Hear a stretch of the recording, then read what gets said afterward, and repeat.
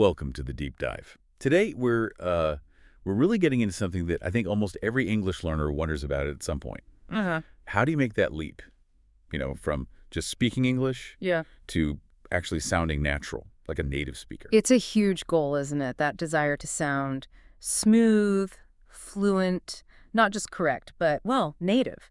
And we've got some really interesting material here today, some notes, a resource focused specifically on techniques, ways you can kind of harness how native speakers actually talk. Exactly, and that's our mission for this deep dive, really. We want to unpack these notes, pull out the most practical, the most sort of actionable ideas, and give you, the listener, some concrete steps, things you can do to train your ear, train your voice. And the really encouraging thing, I think, from the source material, it pushes back against that old idea that you absolutely have to move abroad. Right, that you need to be in the U.S. or the U.K. or somewhere. Yeah.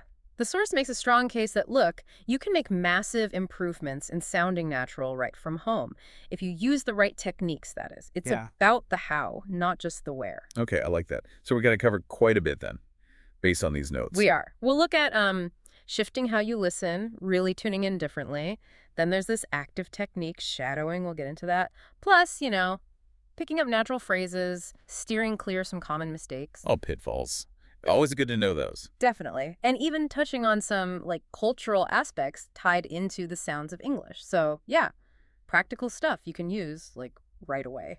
Okay, let's dive in. So the source kicks things off by tackling that big assumption we just mentioned. This idea that you must move to an English-speaking country. Right. The idea that full immersion, living there, is the only path to sounding native. And look, nobody's denying immersion is fantastic. The constant exposure, the need to communicate, it helps immensely. Of course. It forces you to use it. It does. But the source material argues pretty convincingly, I think, that while living abroad gives you tons of practice opportunities, it's the specific learning techniques that really drive the change towards sounding natural. And those techniques, you can absolutely practice them anywhere. So it's less about your postcode and more about your practice methods. Precisely. It's about deliberate engagement. And the source is specific about the kind of improvement we're aiming for here from home. We're talking about really training your ears to catch those subtle sounds, those nuances native speakers use. Things you might just miss otherwise. Easily missed, yeah. And then consciously copying the way they pronounce things, the rhythm, the melody, building up that muscle memory, that automaticity, which leads to, greater fluency. It's very targeted improvement. Okay. So where do we start? What's the foundation, according to this source? The very first key technique is something that sounds simple, but the source asks you to do it with a much deeper focus. It's observe and listen carefully. Observe and listen. Okay, seems straightforward, but you're saying there's a twist. Yeah, it's not just listening for understanding. It's not just getting the meaning of the words like you normally would. The crucial difference the source emphasizes is paying super close attention to how native speakers actually produce the sounds, the mechanics of it. Yeah, how, not just the what. Got it. So what specific things should we be listening for? What does the source say to focus on? It breaks it down into three main things, all interconnected. First, the tone of voice, the emotion, the attitude conveyed. Second, the rhythm, the pattern of stressed and unstressed syllables, the beat of the language. Okay, tone and rhythm. And the third? And third, maybe the most critical for sounding smooth, how words are connected together, how they flow one into the next. These three, tone, rhythm, connection, they work together to create that natural sound. Let's zoom in on that last one, connected speech, because the source really highlights this as a game changer for sounding natural, doesn't it? Oh, absolutely. This is probably one of the biggest giveaways between learner speech and native speech. Learners often pronounce words very carefully, very separately, like each word is distinct. Like reading from a list. Exactly. But native speakers, in flowing conversation, the words, they melt together. Sounds change at the boundaries. Sounds get dropped. Sounds link up. It's not separate beads on a string. It's more like a continuous stream of sound. Okay, this is where examples really help. Can you give us some of those classic ones the source uses to illustrate this? Sure. The source brings up a perfect example. What are you doing? If you say each word distinctly, what are you doing? I mean, people will understand you, but it sounds... Stilted. Robotic, maybe? Yeah, exactly. It doesn't sound like natural, relaxed conversation. So how does it usually sound in real life? Well, the source points out the common version. What you doing? It's almost like one word. It really feels like it, doesn't it? What you doing? Let's break down what's actually happening there sound-wise, because understanding the process helps you hear it and eventually do it. Okay, walk us through the transformation. What are you doing? Becomes what you doing.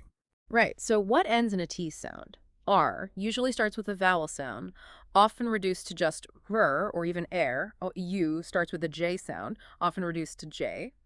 Now, when that T at the end of what comes before the J sound in U, especially when R is reduced and almost disappears, those sounds often combine. The T plus J frequently merge to create a T sound, the she sound. Ah, so the T of what, yeah, and the you make the T, whatcha. Precisely, whatcha. The R just gets swallowed up into a quick schwa sound or disappears altogether, and U becomes cha or ya. So what are you collapses into whatcha. Okay, that makes sense. And the doing part. Well, in casual speech, that final G sound in ing words is very often dropped. It's called G dropping. So doing becomes doing. Put it all together. What you doing? It flows because you've reduced sounds, linked sounds, and changed sounds. It takes less effort to say. It really does feel smoother. Fewer sharp edges between words. What's another example the source gives? I think there was one about not knowing something. Yes, another absolute classic. I don't know. Again, pronouncing it as three distinct words. I don't know. Sounds overly careful, maybe even emphatic in a way you don't intend. Right. So what's the natural version? I don't know. I don't know. Yeah, I say that all the time without even thinking about it. Exactly. It's so common it barely registers as a reduction. But let's look at the mechanics again. Do not contracts to don't. The O vowel in do is already reduced. Then that final to sound in don't. What happens to it before the un sound in no? Disappears. Or changes. It very often gets dropped entirely or becomes what's called a glottal stop, that little catch in your throat. You don't typically release a sharp T sound. The N sound at the end of don't effectively links straight into the N sound at the beginning of no. So instead of a do no, you get something much closer to a D no. A D no, yeah. Smoother again. Fewer distinct mouth movements. That's the key. The source really stresses this. These aren't mistakes. They're not lazy speech. They are fundamental features of natural, efficient spoken English. If you want to sound smoother, faster, more native-like, you have to get comfortable with recognizing and using connected speech. It's non-negotiable, really. So the big takeaway from this whole first section, based on the source, is about upgrading your listening skills. Yeah. Moving beyond just comprehension. When you're listening could be movies, podcasts, eavesdropping on conversations. Hopefully polite eavesdropping. Yes, discreetly. Yeah. But your goal isn't just what did they say, it's how did they say it? How did those words link? Yeah. What happened to that to sound? Where did the stress fall? What was the melody? You need to become like a sound detective. A sound detective? I like that. You're analyzing the sonic landscape, not just the dictionary meanings. That's the crucial first step, training your ears to perceive these details accurately. But just hearing it isn't enough, right? You have to be able to do it. Exactly. Perception is step one, production is step two. And that leads us perfectly into the next major technique, the source champions. Which is shadowing. Yeah. Moving from listening to actively copying. Shadowing. Okay, this one can feel a bit weird at first, maybe slightly embarrassing if you're not used to it, but it is incredibly effective, the core idea. You listen to a native speaker and you try to copy them. Yeah. Exactly, like you're their acoustic shadow. Mimicking them in real time, almost? Sometimes in real time, sometimes with a slight delay. The source actually breaks it down into manageable steps. How do you actually do shadowing without getting overwhelmed? Okay, let's get practical. What are the steps the source lays out? Step one is about selection.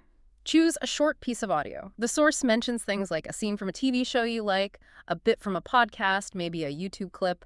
Emphasis on short. Why short? Because trying to shadow, say, a whole 5-minute monologue right off the bat is just too much. You'll get lost, frustrated. Start with maybe just 15, 30 seconds, or even just a couple of sentences that catch your ear. Something manageable. Okay, find a short, engaging clip. Got it. Step two. Step two is analysis and focused repetition. Listen to just one sentence from your clip. Then pause the audio. Now, your turn. Try to repeat that exact sentence. But, and this is the key part, don't just say the words. Try to mimic everything. The pronunciation of each sound, yes, but also the speed they use, the rhythm, the ups and downs in their voice, the intonation, even the emotion, if you can hear it. So it's like doing an impression almost. but focusing on the sound details. Kind of, yeah. You listen, you try to replicate, maybe record yourself, compare it to the original, listen again, try again. You're trying to get as close as possible to how they sounded on that one single sentence. It's very detailed work. Breaking it down sentence by sentence makes sense. Yeah. Okay, and step 3. Step 3 is the actual shadowing part, often done in real time. You play the audio clip again, maybe that same sentence or a slightly longer chunk now, but this time you try to speak along with the original speaker. At the same time. At the same time, or maybe just a fraction of a second behind them, like an echo, keep your own voice relatively low so you can still clearly hear the original speaker as your guide. You're essentially trying to stay perfectly in sync with their speed, their rhythm, their intonation as it happens. Wow, okay. Speaking with them, not just repeating after them. That sounds like it would really force you to internalize the flow. It absolutely does. It bypasses that conscious, slow translation process in your head. You're forced to match the pace and melody directly. It really helps build that automatic connection between hearing the pattern and producing it. The source uses a really great example to illustrate what exactly you should be trying to copy when you're doing this, that famous line from Friends. Ah, yes, Ross, we were on a break. Classic. On a break. Okay, so if you were shadowing that line, what are the elements beyond just the words "we were on a break" that you'd be trying to capture? You'd be listening for and trying to copy a whole package of things. Definitely the specific intonation, how his voice goes up, maybe cracks a little. It conveys that feeling of desperation, frustration, self-justification. Yeah, it's loaded with emotion. Totally. So you try to mimic that vocal melody, then the speed. He probably says it quite quickly, maybe clipped, under pressure, not slow and calm. You match that pace. Okay, intonation, speed, what else? The stress pattern. Which words does he emphasize? Probably, we were on a break.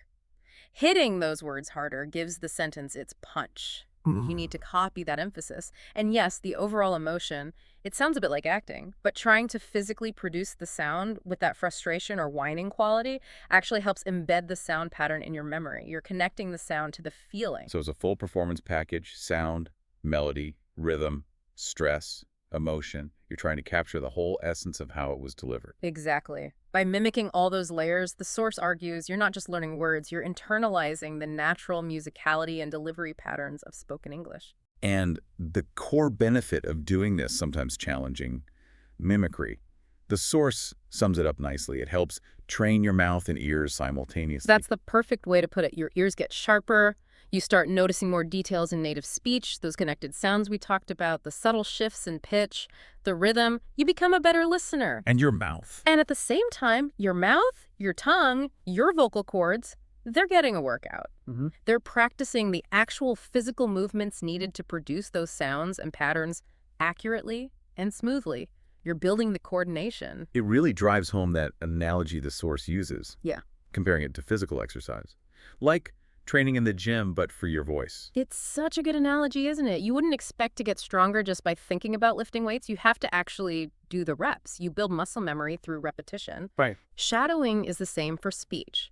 It's building the muscle memory in your articulators, your lips, tongue, jaw, and coordinating that with your breath and vocal cords to make the sounds flow naturally.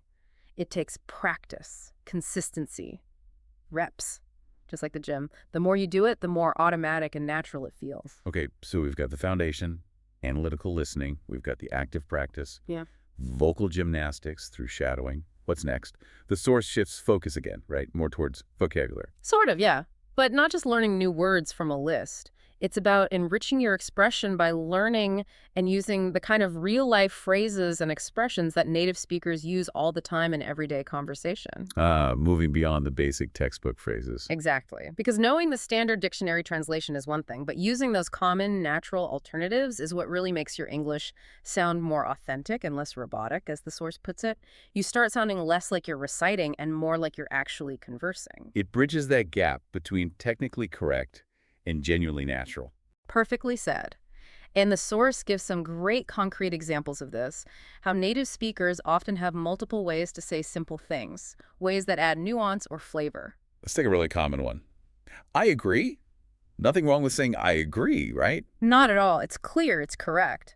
But if it's the only way you ever express agreement, your speech might feel a little repetitive, maybe a bit formal sometimes. So what alternatives does the source suggest that add a bit more natural color? It highlights three very common ones. First up, Totally. totally.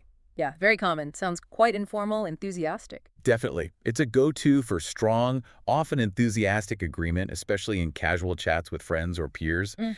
It signals yes 100%. Okay. What's the second alternative for I agree? Exactly. Exactly. I like this one. It feels precise. Like you're saying, yes, that specific point is spot on. Right. It validates what the other person just said, implying they've hit the nail on the head or expressed the idea perfectly. Yeah. It confirms precise alignment. Good distinction. And the third one mentioned is I couldn't agree more. I couldn't agree more. This feels stronger, maybe a bit more formal than totally, but still very natural. It really emphasizes the agreement. It's an idiom, right? It means your agreement is at the maximum possible level. It couldn't be higher. It's a very common, polite, and emphatic way to show complete concurrence. You hear it in meetings, discussions, as well as more casual settings. So totally, exactly. I couldn't agree more. Mm. 3 great ways to vary how you agree, adding different shades of meaning. And it makes your responses much more dynamic and natural sounding. Okay, let's flip it. How about expressing the opposite? The source also gives alternatives for the very common phrase, I don't know. What options does it offer there? Again, 3 really useful, natural-sounding alternatives are provided. First, I have no idea. I have no idea. Feels maybe a bit stronger or more definite in its lack of knowledge than just, I don't know. I think so, too. It often implies a complete absence of information, maybe even a hint of surprise or bewilderment that you don't know. Where are my keys? I have no idea. It's common and fairly informal. Okay. Second alternative for I don't know. I'm not sure, to be honest. Adding that to be honest, what does that do? It adds a layer of consideration, candor. It makes it sound like you've genuinely checked your mental files and you're concluding, truthfully, that you lack the information. It comes across as polite, perhaps a bit more thoughtful or cautious than a blunt, I don't know. Yeah, softens it a bit, makes it sound considered. Nice one. And the third? The third one is definitely on the informal side. Beats me. Beats me. Right, you wouldn't use that in a job interview, probably. Probably not. The source includes this to show the range. Beats me is very colloquial. It means I don't know, but it often carries this extra layer of, and I don't know why, or it's puzzling. Like, how did that happen? Beats me. Exactly. It often comes with a shrug. It expresses ignorance, but also maybe a slight resignation or lack of concern about finding out. It's highly contextual, used in very informal situations among people who know each other well. Beats me is a perfect example of those idiomatic chunks of language that make no literal sense. What is beating me? But are instantly understood by native speakers and sound completely natural in the right context. And that's the power the source is highlighting here. Learning these whole phrases, these lexical chunks, is crucial. You're not just assembling words based on grammar rules. You're using prefabricated units that native speakers use, which automatically makes you sound more fluent and idiomatic. So connecting this back to you, the listener, the advice here from the source seems pretty clear. Pay attention. When you hear native speakers using phrases like totally or beats me or I couldn't agree more, make a mental note or a physical one. Drop them down. Notice the situation they were used in. And then the crucial step. Try using them. Pick just one. Maybe next time you genuinely don't know something in a casual chat, try throwing in an I have no idea instead of just, I don't know. See how it feels. That active experimentation is how these phrases become part of your active vocabulary. Observation, collection, and then active use. Got it. Now, this all sounds great, aiming for naturalness, using real phrases. But, the source also warns us, there are ways this can go wrong, right? Potential pitfalls. Yes, absolutely. Trying too hard or copying the wrong things can sometimes lead you down a path that sounds, well, even less natural than before. So the source wisely flags some common mistakes to avoid. Always good to know the don'ts as well as the does. What's the first major mistake the source highlights? Mistake number 1, trying to speak too fast. Yes, the speed demon trap. So many learners think faster equals fluenter. It's a really common misconception. You hear native speakers talking quickly and you think, okay, I need to speed up. But the result is often just garbled, rush, unclear, maybe even stumbling over words. Because native speed isn't just about raw velocity, is it? Not at all. The source makes this point very clearly. Native speakers don't just speak fast, they speak smoothly. Their speed comes from efficiency, from using connected speech, reductions, rhythm, and appropriate pauses. It's an effortless flow, not a frantic race. So forcing speed before you have the smoothness is counterproductive. Completely. It often makes your pronunciation worse because you don't have time to articulate properly or use those linking features. The source advises focusing on clarity, rhythm, and smooth connections first. Natural speed will emerge from that foundation, not from just pushing the accelerator. Good advice. Clarity over speed. What's the second common pitfall? Mistake number 2, overusing slang. Ooh, slang. It's tempting, isn't it? Feels cool, makes you feel like you're in the know. The source even acknowledges it's fun. And it absolutely is part of the living language. Learning some slang can be great, but the danger, the source warns, lies in overdoing it or, crucially, using it in the wrong situations. Using it inappropriately. Yes. If you pepper your speech with too much slang, especially slang that doesn't quite fit your personality or the context, you don't sound natural. You can sound try hard, maybe even a bit ridiculous.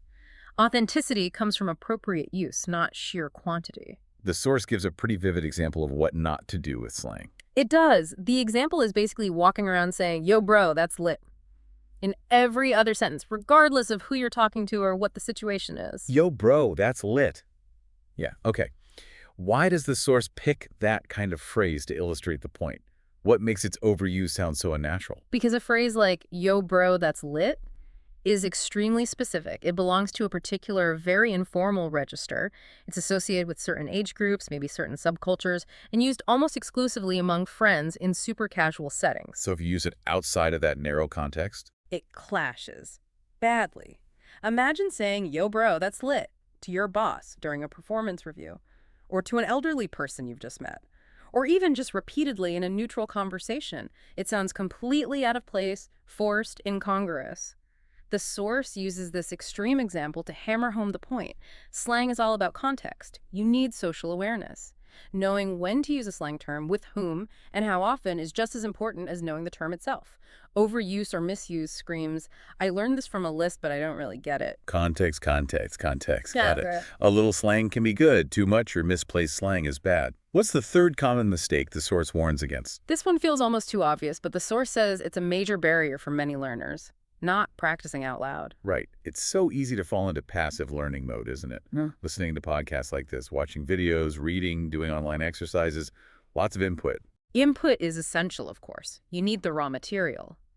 But the source is unequivocal here. Input alone is not enough to improve your spoken English, especially your pronunciation and fluency. If you don't actually open your mouth and make the sounds, your speaking skills will stagnate. Why is that physical practice so critical? Because speaking is a physical skill. It involves coordinating your breath, your vocal cords, your tongue, your lips, your jaw, all in precise ways to produce specific sounds and link them together smoothly. Listening tells your brain what the target sounds like, but only speaking trains the muscles and nerves to actually execute those commands correctly and efficiently. It comes back to that gym analogy again, doesn't it? You can watch endless videos on how to do a bicep curl. But your biceps won't grow until you physically pick up the dumbbell and curl it. Same with your speech muscles. You have to work them out by speaking. Regularly. Out loud. Even if it's just talking to yourself. That physical act of production is irreplaceable. Absolutely. So the source's overall advice for avoiding these pitfalls is clear and practical. Aim for smooth, clear speech rather than just speed. Learn slang, sure, but use it judiciously and appropriately for the context. And most importantly, make speaking out loud a non-negotiable part of your practice routine. Sound advice. Okay, that covers the main techniques and pitfalls.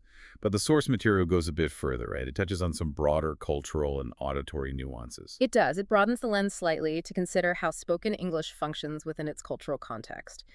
The key idea here is that in many English-speaking cultures, how you say things often matters just as much as what you say. Meaning your delivery affects how people perceive you. Significantly. Your tone of voice, your rhythm, even subtle aspects of your pronunciation can influence whether people see you as, say, confident or hesitant, friendly or distant, interested or bored, polite or rude. These judgments are often made unconsciously based on auditory cues. Which brings us back to something we discussed earlier, but the source emphasizes its importance again in this cultural context. Intonation. The music of speech. Exactly. The source flags intonation as so important, not just for clarity, but because it's a primary carrier of attitude, emotion, and social meaning. The same words can mean very different things depending on the melody you use. And the classic example the source uses to demonstrate this power is the simple greeting, "How are you?" Right. Imagine saying, "How are you?" Completely flat with no pitch variation. Monotonous. Demonstrates flat, robotic tone. How are you? You. The source points out this sounds unnatural, maybe even robotic or suspicious. It lacks warmth. It doesn't fulfill the social function of a friendly greeting. It feels cold, yeah. But then contrast that. Contrast that with saying it with a typical friendly, rising intonation pattern, especially towards the end. Demonstrates friendly, rising tone, "How are you?" That upward lift in pitch completely changes the feeling. It sounds open, interested, welcoming. It signals genuine inquiry, or at least polite social engagement. That little change in melody makes all the difference. It really does. And English uses intonation constantly for these kinds of nuances. Think about questions versus statements. A simple "you're coming" with a falling tone is a statement. But "you're coming" with a rising tone is a question, expecting confirmation. Or indicating surprise, "he won" with a high rising tone. Or doubt he won with a hesitant, perhaps fall-rise tone. Learning to both hear and produce these intonation contours is vital for sounding natural and for navigating social interactions effectively. It's like adding the emotional and grammatical punctuation to your speech. Very important. Mm. And the source also loops back to reductions, specifically mentioning some common ones in American English, reinforcing their role in natural speech. Yes, just hammering home that these aren't errors, but standard features of the spoken language that contribute to its rhythm and flow. Reductions are where sounds get shortened, weakened, or dropped, especially in unstressed syllables or common function words. What specific examples does the source highlight again? It specifically calls out two incredibly common ones: going to, reducing to gonna. As in, I'm going to call you later, instead of I'm going to call you later. Exactly. You hear gonna constantly in all but the most formal spoken contexts. The other one is want to, reducing to wanna. I want to learn more, instead of I want to learn more. Precisely. Again, extremely common. The source emphasizes that recognizing these and eventually learning to use them appropriately yourself, these small changes, as it calls them, are part of what helps you blend in more with native speakers. It makes your speech align better with the natural cadence and sound patterns they expect and use. Are there other common ones like gonna and wanna that fit this pattern, even if not explicitly listed in this part of the source? Oh, absolutely. They often involve to. For example, gatto frequently becomes gotta. I gotta go. Have to often sounds like hafta. You have to finish this. Ought to becomes oughta. Also, words like of often reduced to just a schwa sound, like in cup of tea sounding like cup of tea, or kind of becoming kinda, sort of becoming sorta. These aren't random. They happen predictably in unstressed positions. Learning the main ones makes a huge difference to fluency. So the takeaway from this section seems to be pay close attention to the music, the intonation, the rhythm, the stress. And don't be afraid of those common reductions like gonna and wanna.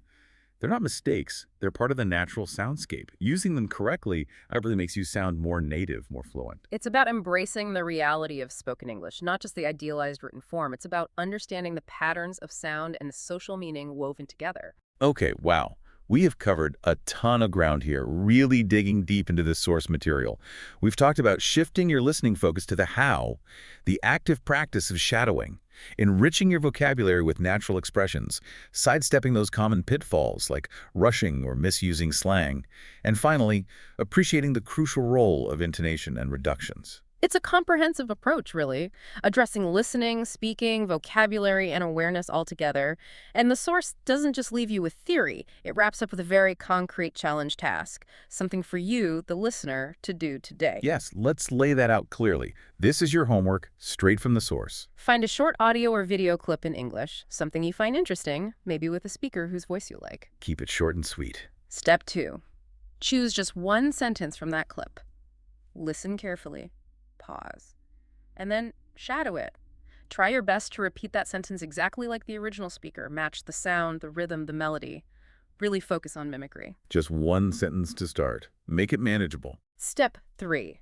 Think back to those natural alternative phrases we discussed earlier, like totally, exactly, true, I couldn't agree more. I have no idea. I'm not sure, to be honest. Beats me. Pick one of them. And find an opportunity in a real conversation sometime today or tomorrow to use it naturally. Simple, actionable steps. Take the knowledge and immediately put it into practice. That's how learning sticks. And connected to that, the source also had that little prompt. Think about who your favorite English speaker is to learn from. Is there a particular actor, podcaster, YouTuber, or even a friend whose way of speaking you admire? Identifying a model can make the process more engaging. Whose rhythm do you like? Whose intonation sounds clear and friendly to you? Having someone specific in mind can really help focus your listening and shadowing practice. It gives you a target sound to aim for. Exactly. So we've really explored the ins and outs of learning from native speakers today, pulling all these insights from the source material provided.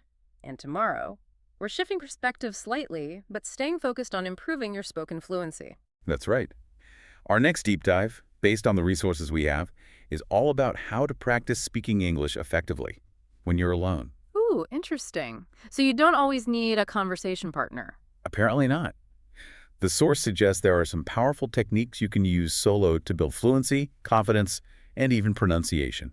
We'll unpack those tomorrow. Sounds fascinating. Definitely something many learners will find useful. So, until then, the final word from today's exploration. I think it echoes the source's encouragement. Keep at it. Listen actively, speak intentionally, embrace the natural flow. It's a journey. Absolutely. Keep talking, keep practicing, keep listening. Thanks for tuning in to The Deep Dive. See you next time.